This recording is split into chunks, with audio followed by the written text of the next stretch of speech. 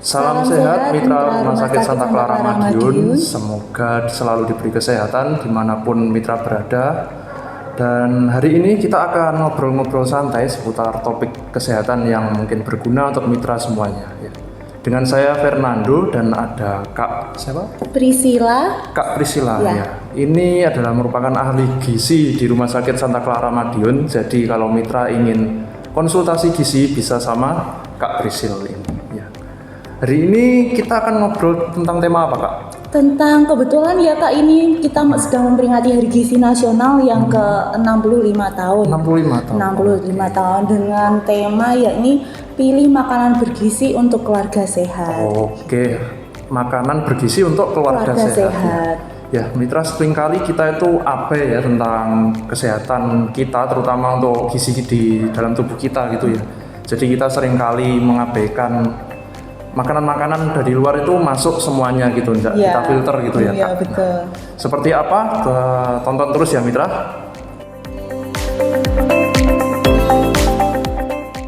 Nah, Kak, seringkali kita itu seperti yang saya sampaikan tadi, kalau kita itu sering sembarangan makan, sering mengabaikan kondisi tubuh kita, terutama untuk gizi yang berguna untuk tubuh kita ya. Dan sampai ada pepatah tuh, we are what we eat. Jadi kita itu ya apa yang kita makan gitu. Nah, itu gimana, Kak?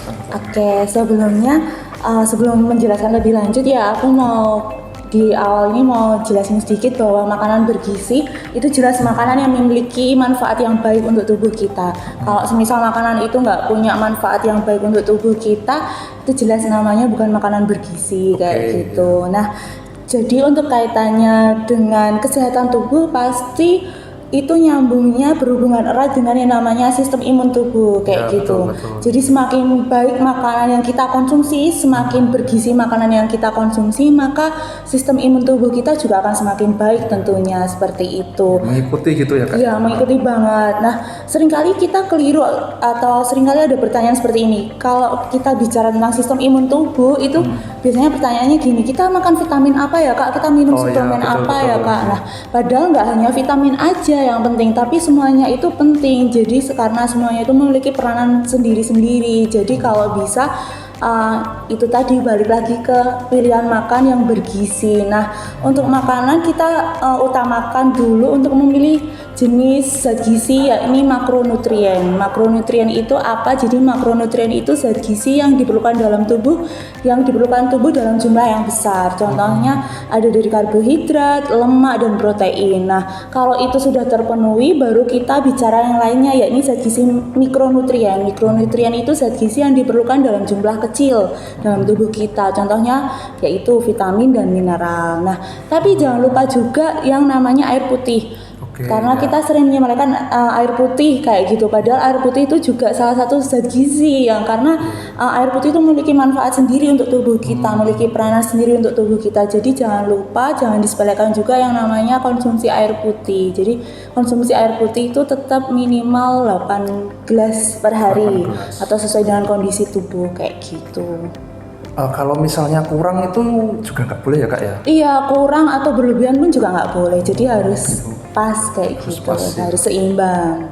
Nah, Kak, kalau gitu bagaimana cara kita mengatur pola makan kita, kayak porsinya mungkin segala macamnya itu? Oke, jadi karena nyambung ya untuk pilih makanan bergizi untuk keluarga tadi, untuk keluarga sehat. Nah, sekarang di Indonesia ini slogan 4 sehat 5 sempurna kan sudah tidak dipakai karena memang sudah tidak relevan ya. Jadi sekarang kita beralih ke yang namanya gizi seimbang. Gizi seimbang. Jadi memang di dalam gizi seimbang itu dia lebih lengkap karena ada takarannya, ada jenis-jenis makanan yang harus kita konsumsi kayak gitu. Nah, dan di gizi seimbang juga menerapkan yang namanya 3J. Untuk J yang pertama yaitu jam. Nah, kalau bisa jam itu harus teratur. Jadi harus 3 kali makan utama dalam satu harinya kayak gitu. Kemudian beri jarak 6-7 jam di setiap jam makannya. Misal kita makan pagi jam 6, kemudian kasih jarak 6 jam kemudian, berarti paling enggak sekitar jam 12-an kayak gitu. Begitu pula ke makan siang menuju makan sore juga sama, diberi jarak seperti itu. Nah, terbukti ketika kita teratur makan 3 kali dalam satu hari dan menerapkan sarapan, itu terbukti bahwa berat badan kita itu tetap ideal dan dapat menurunkan yang namanya resiko penyakit. Tapi kalau misal kita makannya nggak teratur atau misal jarang bolong untuk sarapannya, itu bisa meningkatkan yang namanya resiko penyakit. Jadi harus diperhatikan mitra kasih untuk menerapkan jam makan yang teratur kayak gitu. Kalau misalnya nih Kak, kan kita sering ya bagi yang mitra yang mungkin masih sekolah ataupun sudah bekerja, kita tuh jarang sarapan pagi. Nah, Jarang sarapan. itu mungkin ada tipsnya Kak, mungkin apa yang perlu dimakan, mungkin kalau nggak sempat makan makanan berat ya makan makanan utama, mungkin apa kayak roti atau apa gitu Kak? Oke, boleh, karena untuk makanan sarapan yang penting kan jelas harus ada karbo sama protein. Kalau bisa juga harus ada sayurnya. Mungkin bisa diganti dengan roti tawar. Roti tawarnya tapi jangan diisi dengan selai, tapi bisa diganti dengan telur atau daging ayam. Terus nanti ditambah timun kayak gitu kan, simple, nggak berat kayak gitu. Jadi mudah dibawa juga untuk dibawa ke sekolah atau ke kantor kayak gitu. Itu untuk C yang pertama tadi kan kita bahas jam. Kemudian untuk C yang kedua ya ini jenis. Nah, perlu diperhatikan juga dalam setiap kali pemilihan makanan itu harus lengkap. Namanya juga gizi seimbang. Jadi harus lengkap semuanya, nggak boleh jomplang salah satu. Nah, lengkapnya itu yang pertama kita harus terdiri dari karbohidrat. Karbohidrat itu memang diperlukan, tapi nggak dalam jumlah yang besar, jadi jumlah yang cukup saja. Contohnya karbohidrat kita bisa menemukannya di nasi, kemudian jagung, roti itu bisa kentang, ubi, talas atau singkong kayak gitu. Nah, kemudian kalau semisal kita makan roti tawar itu kan udah terbuat dari tepung ya, maksudnya udah ada gulanya juga. Jadi kalau bisa kalau mau makan roti itu jangan pakai selai yang manis, tapi mungkin bisa diganti dengan telur atau dengan daging ayam kayak gitu. Kemudian selain karbohidrat juga harus ada yang namanya protein. Nah, protein itu kan ada dua, ada yang protein hewani dan nabati. Protein hewani itu yang berasal dari hewan, contohnya ayam, telur, daging sapi atau ikan. Kemudian protein nabati itu yang berasal dari tumbuhan, contohnya kacang-kacangan serta olahannya yakni tahu dan tempe. Nah, hati-hati dalam pemilihan protein hewani karena kan protein hewani itu banyak lemaknya ya Kak ya, contohnya kulit ayam, terus gaji atau jeroan lah, itu harus hati-hati. Itu banyak orang yang suka padahal. Nah, itu sangat ayam menggiurkan. itu saya suka sekali itu. Suka sekali, sama saya juga. Nah, itu harus hati-hati karena itu sumber lemak kayak gitu. Nah, kemudian kalau bisa juga ini sih proses pengolahannya, kalau bisa jangan terlalu sering digoreng kayak gitu. Goreng-gorengan pun juga harus dibatasin. Kemudian nggak hanya protein aja, yang ketiga yaitu harus ada yang namanya sayur. Jadi kalau bisa setiap hari itu harus ada sayur, dan kalau bisa juga setiap hari itu warna sayurnya gonta-ganti gitu. Karena setiap warna sayur itu memiliki fungsi dan peranannya sendiri-sendiri. Jadi semakin bervariasi warnanya semakin baik pula vitamin dan mineralnya kayak gitu. Kemudian yang terakhir jangan lupa juga buah juga diperlukan dalam tubuh kita kayak gitu. Kemudian itu C yang kedua. C yang ketiga ini jumlah Kak. Nah, ini harus betul-betul diperhatikan juga karena di gizi seimbang jumlah juga perlu menjadi perhatian kayak gitu. Jadi nggak sembarangan misal kita makan nasi satu centong terus lauknya cuma sebiji aja, itu salah. Jadi jumlah juga harus diperhatikan. Untuk karbohidrat itu kira-kira sekepal tangan kita saja kayak gitu. Kalau misal untuk wanita itu memang satu kepal saja cukup kayak gitu. Kalau untuk laki-laki mungkin 1,5-nya aja sudah cukup. Jadi nggak 1,5 kayak gitu ya. Jadi nggak perlu banyak-banyak juga. Kemudian untuk protein untuk wanita itu cukup satu telapak tangan kita saja segini. Untuk wanita yang tingginya lebih dari 170 mungkin bisa 2 kali lipatnya. Kemudian untuk laki-laki 2 kali lipat telapak tangannya kayak gitu, dengan ketebalan jari kelingking kita. Jadi meskipun segini hanya kecil, tapi kalau tebalnya segini sama aja berlebihan kayak gitu. Jadi ketebalannya pun juga harus diperhatikan, hanya tebal jari kelingking kita kayak gitu.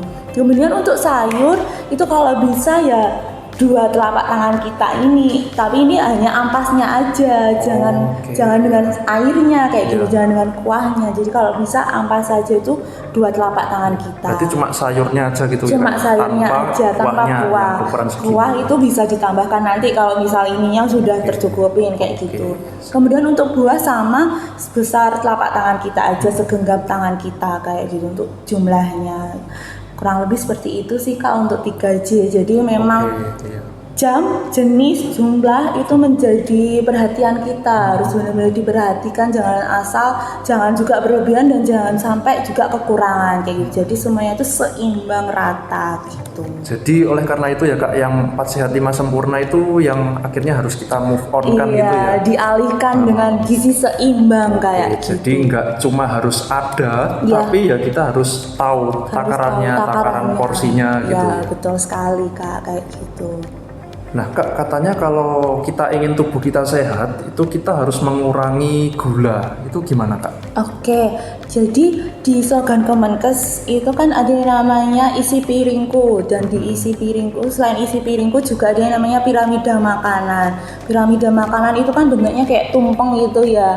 Nah, kalau Mitra Kasih mau melihat, itu di atas sendiri itu ada yang namanya GGL, yaitu gula, garam, lemak. Kenapa itu kok ditaruh di pucuk di atas sendiri? Karena memang itu konsumsinya harus dibatasi, tidak boleh berlebihan. Jadi ada sebutannya yaitu 415. Nah, 4 itu untuk gula. Jadi gimana? Gula itu anjurannya dalam satu hari hanya 4 sendok makan. Itu dalam satu hari itu sudah termasuk dalam bumbu-bumbuan. Jadi kalau bisa gula itu dimasukkan saja ke dalam masakan sebagai bumbu, bukan sebagai minuman atau cemilan kayak gitu. Jadi semisal kita mau masak sayur asem nih, jadi 4 sendok makan itu kalau bisa sudah termasuk di dalam sayur asemnya kayak gitu. Kemudian G yang kedua yaitu garam. Garam ini memang anjurannya sangat sedikit sekali, yaitu 1 sendok teh peres, jadi tidak munjung. Jadi kalau munjung juga sama aja. Jadi kalau bisa 1 sendok teh peres itu sudah termasuk dalam asupan kayak micin, kemudian makanan yang instan, kemudian makanan yang diasinkan, contohnya kayak telur asin atau ikan asin, itu sudah termasuk dalam 1 sendok teh itu tadi dalam satu harinya kayak gitu. Kemudian L yaitu lemak. Lemak ini biasanya kita sering mengaitkannya dengan minyak ya. Nah, untuk minyak ini anjurannya hanya 5 sendok makan saja. Jadi memang sedikit sekali. Bayangan, hati-hati, 2 sendok makan minyak itu sudah setara dengan 1 porsi nasi untuk kalorinya. 2 sendok makan. 2 sendok makan minyak setara dengan kita makan 1 porsi nasi untuk kalorinya. Jadi minyak itu memang kalorinya tinggi. Jadi Mitra Kasih juga harus hati-hati dalam mengkonsumsi yang namanya gorengan itu tadi.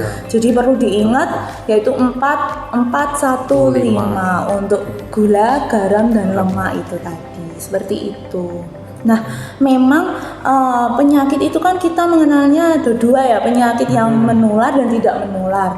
Kalau penyakit menular itu kan hubungannya dengan apa sih? Infeksi biasanya dari kuman. Nah, tapi kan kalau sistem imun tubuh kita bagus, pasti kita kan tidak akan mudah tertular kayak gitu. Nah, kemudian penyakit yang kedua yaitu penyakit tidak menular. Nah, kalau penyakit tidak menular ini dari mana lagi kalau bukan dari gula, garam, dan lemak-lemak perminyakan itu tadi. Jadi memang harus konsumsi gula, garam, lemak itu harus diwaspadai juga, jangan sampai berlebihan seperti itu. Makanya ada tadi pepatah yang mengatakan biar buat it itu ya tadi ya Kak? Betul sekali. Jadi semakin banyak gula yang kita konsumsi pun juga akan semakin berpengaruh buruk ke tubuh kita gitu. Nah Mitra, jadi kita harus aware ya untuk gizi kita, jadi porsinya itu harus pas 415 tadi Kak. 415. Yaitu yang pertama garam, gula, garam, dan lemak. Nah Kak, kita kan dari tadi ngomong tentang makanan utama Kak ya. Kalau dari segi camilan sendiri Kak gimana? Oke, kalau kita bicara tentang camilan itu biasanya kan nggak hanya berupa makanan aja, tapi minuman juga termasuk camilan kan. Nah, biasanya kita camilan itu apa sih kalau nggak yang digoreng, kemudian tepung-tepungan, Iya, iya, betul, manis-manisan kayak gitu ya. Meskipun porsinya kecil, bentuknya ukurannya kecil, tapi itu kan bahaya juga kalau misal udah ada goreng, ada tepung, kemudian manis pula kayak gitu. Jadi kalau bisa cemilan itu kalau bisa juga yang goreng-gorengan, tepung-tepungan itu dikurangi. Mendingan kita untuk camilan beralih ke yang namanya buah-buahan aja. Kalau enggak ya rebus-rebusan. Jadi mengurangi yang namanya goreng-gorengan dan tepung-tepungan itu tadi kayak gitu. Nah, jadi hati-hati meskipun bentuknya kecil, itu kalorinya cukup besar, sudah setara dengan satu kali kita makan kayak gitu. Jadi mendingan yang namanya camilan dialihkan ke buah-buahan atau yang enggak goreng-gorengan atau enggak yang manis-manisan. Kemudian minuman, nah hati-hati sama minuman kekinian ya Kak ya, kopi-kopi, boba, milk tea itu kan gulanya banyak sekali, sangat-sangat manis. Jadi seringkali kita menyepelekan minum kopi atau minum milk tea, tapi tanpa kita sadari bahwa di situ tuh gulanya banyak sekali. Jadi itu real Kak ya. Jadi nggak cuma hanya sekedar omongan orang-orang tua kita, itu gulanya banyak itu. Jadi dari sudut pandang ahli gizi sendiri, jadi memang minuman-minuman itu mengandung gula yang cukup banyak gitu. Mengandung gula yang cukup banyak. Jadi mendingan kalau semisal minuman ya jus saja, jus pun juga tanpa gula kayak gitu. Jadi hati-hati juga, boleh nggak apa-apa, cuma nggak yang berlebihan kayak gitu. Mungkin kita beli kopi bisa request less sugar atau kayak gitu. Gitu sih Kak. Nah, mitra Rumah Sakit Santa Clara ini cukup bermanfaat bagi kita ya. Dari awal tadi kita ada belajar tentang 4 sehat 5 sempurna ya Kak ya, yang harus kita ganti dengan gizi seimbang. Jadi itu nggak hanya ada, tapi kita juga harus menakar porsinya seberapa gitu. Kemudian ada istilah 415 tadi Kak ya. Ya ada istilah GGL juga, jadi gula, garam, dan lemak. Kemudian ada lagi tentang cemilan gitu ya. Bukan berarti kita nggak boleh cemilan, tapi ya kita harus mengurangi, membatasi. Dibatasin saja kayak gitu. Jadi memang untuk pilihan bergizi, makanan bergizi untuk keluarga sehat, kita memang dimulai dulu dari pilih makanan yang seimbang itu tadi. Jadi isi piringku itu harus seimbang kayak gitu, dengan gizi seimbang, tidak berlebihan juga, kemudian jenisnya juga harus lengkap kayak gitu. Memang langkah kita kecil tapi memiliki manfaat yang besar untuk keluarga kita ke depan kayak gitu, supaya terhindar dari penyakit-penyakit yang tidak diinginkan juga. Mencegah dari awal. Mencegah dari awal sedini mungkin kayak gitu. Oke, jadi Mitra Santa Clara, kalau Mitra ingin konsultasi tentang gizi lebih lanjut, Mitra bisa datang ke Rumah Sakit Santa Clara, nanti bertemu dengan Kak Prisil di hari dan jam berapa Kak? Hari Senin sampai hari Sabtu di jam 9 sampai jam 1 siang kayak gitu. Oke. Baik Kak Prisil, terima kasih banyak atas penjelasannya. Banyak, Kak Nando. Ya, semoga bermanfaat bagi Mitra semuanya ya, dan ingat kita harus peduli tentang gizi dalam tubuh kita. Oke, terima kasih dan sampai jumpa.